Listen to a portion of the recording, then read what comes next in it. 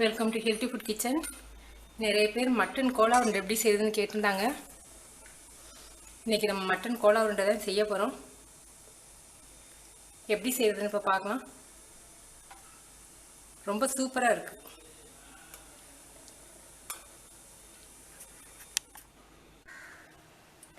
இப்போ கோலா உருண்டை குழம்புக்கு 10லேருந்து 12 உருண்டை எடுத்து வச்சுருக்கேன். 2 பேருக்கு வர்ற மாதிரி தான் நான் செய்ய போகிறேன்.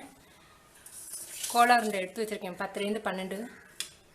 புளி ஒரு சின்ன நெல்லிக்காய் அளவுக்கு புளி ஊற வச்சு வச்சுருக்கேன். 4 டேபிள் ஸ்பூன் அளவுக்கு தேங்காய் எடுத்து பால் எடுத்துக்க போகிறோம். கெட்டி பாலாக எடுத்து கடைசியாக குழம்பு இறக்கும்போது ஊற்ற போகிறோம். மிளகாத்தூள் 1 டேபிள் ஸ்பூன், மல்லித்தூள் 2 டேபிள் ஸ்பூன், மஞ்சத்தூள் 1 சிட்டிகை அளவுக்கு. தக்காளி பழம், இது வந்து பெங்களூர் பழம். நாட்டு பழம் போட்டிங்கன்னா 1 மட்டும் போதும். புளி வேற ஊற்றுறோம். பெங்களூர் பழம் வந்து ரொம்ப புளிக்காது. கிரேவிக்காக 2 பழம், சின்ன பழமாக 2 பழம் எடுத்திருக்கேன். பூண்டு ஒரு 10 பூண்டு, வெங்காயம் சின்ன வெங்காயம் ஒரு 15 வெங்காயம், கருவேப்பிலை கொஞ்சம். உங்களுக்கு வெங்காயம் பிடிக்காதுன்னா வெங்காயத்தையும் பூண்டோடைய அளவையும் நீங்கள் குறைச்சிக்கலாம். இப்போ எப்படி செய்யுதுன்னு பார்க்கலாம். இது வந்து நம்ம கோலா உருண்டைக்கு கறி வதக்கணும் இல்லையா, அந்த தண்ணியை இருத்து வச்சுருக்கேன் குழம்புல ஊற்றுறதுக்கு. அப்போ தான் ரொம்ப ருசியாக இருக்கும். அதனால் என்னுடைய கோலா உருண்டை ரெசிபி பார்த்தீங்கன்னா உங்களுக்கு தெரியும். கோலா உருண்டை வறுத்தம் இல்லையா எண்ணெய், அந்த எண்ணெயிலேயே 3 டேபிள் ஸ்பூன் எடுத்து ஊற்றியிருக்கேன். மிளகு ஒரு 1/4 டீஸ்பூன் அளவுக்கு போட்டுக்கோங்க. ஜீரகம் கொஞ்சம், ஜீரகம் 1/2 டீஸ்பூன்,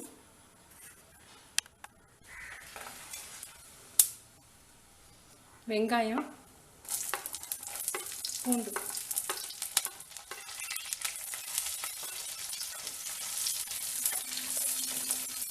கொஞ்சம் கலர் மாறட்டும். இந்த வெங்காயம் பூண்டு ஃப்ளேவரும் வந்துருச்சு, கலரும் நல்லா மாறிடுச்சு. மிளகாத்தூள், மல்லித்தூள், மஞ்சத்தூள்.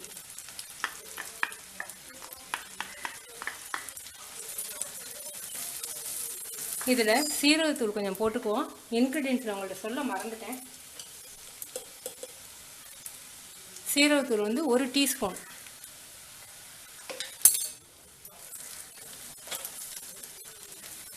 இப்போ தக்காளியும் கருவேப்பிலையும், அந்த மிளகாத்தூள் மல்லித்தூளுடைய பச்சை வாடை போன பிறகு தக்காளி பழத்தை போட்டிங்கன்னா நல்லாயிருக்கும்.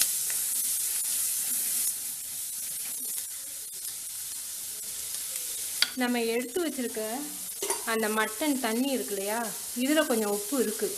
நம்ம உப்பு போட்டு தான் கறியை வதக்கியிருக்கோம். இதில் கொஞ்சம் உப்பு சுவை இருக்கும். அதனால் நீங்கள் குழம்புக்கு போடும்போது அதை கணக்கு பண்ணி நீங்கள் போட்டுக்கோங்க.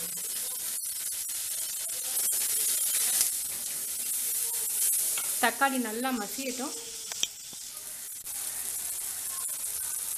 இப்போ புளிக்கரைசல் தண்ணி,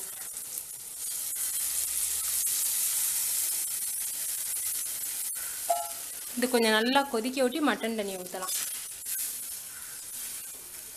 இது நல்லா கொதித்து அந்த தக்காளி பழம்லாம் இன்னும் கொஞ்சம் நல்லா மசிஞ்சு இன்னும் கொஞ்சம் கெட்டி போடும் குழம்பு. அப்போ அந்த மட்டன் தண்ணியை ஊற்றிடலாம். தேங்காயை பால் எடுத்துக்குவோம். இப்போ கொஞ்சம் உரைப்பாக கெட்டியாகவே வைங்க. நம்ம தேங்காய் பால் வேறு ஊற்றணும்.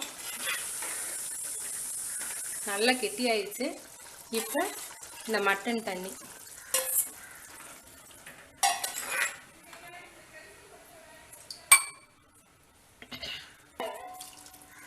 இது ஒரு கொதி வரவிட்டி நம்ம உருண்டையை போடலாம்.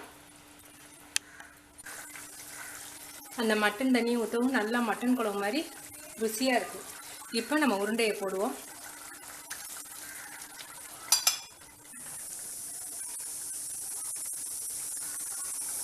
தேங்காய் பால்,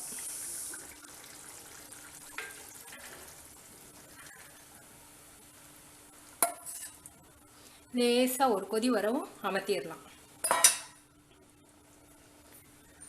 இன்னும் ரொம்ப சூப்பராக இருக்கும்னு நினச்சிங்கன்னா 1/2 ஸ்பூன் நெய் வேணால் ஊற்றிக்கங்க.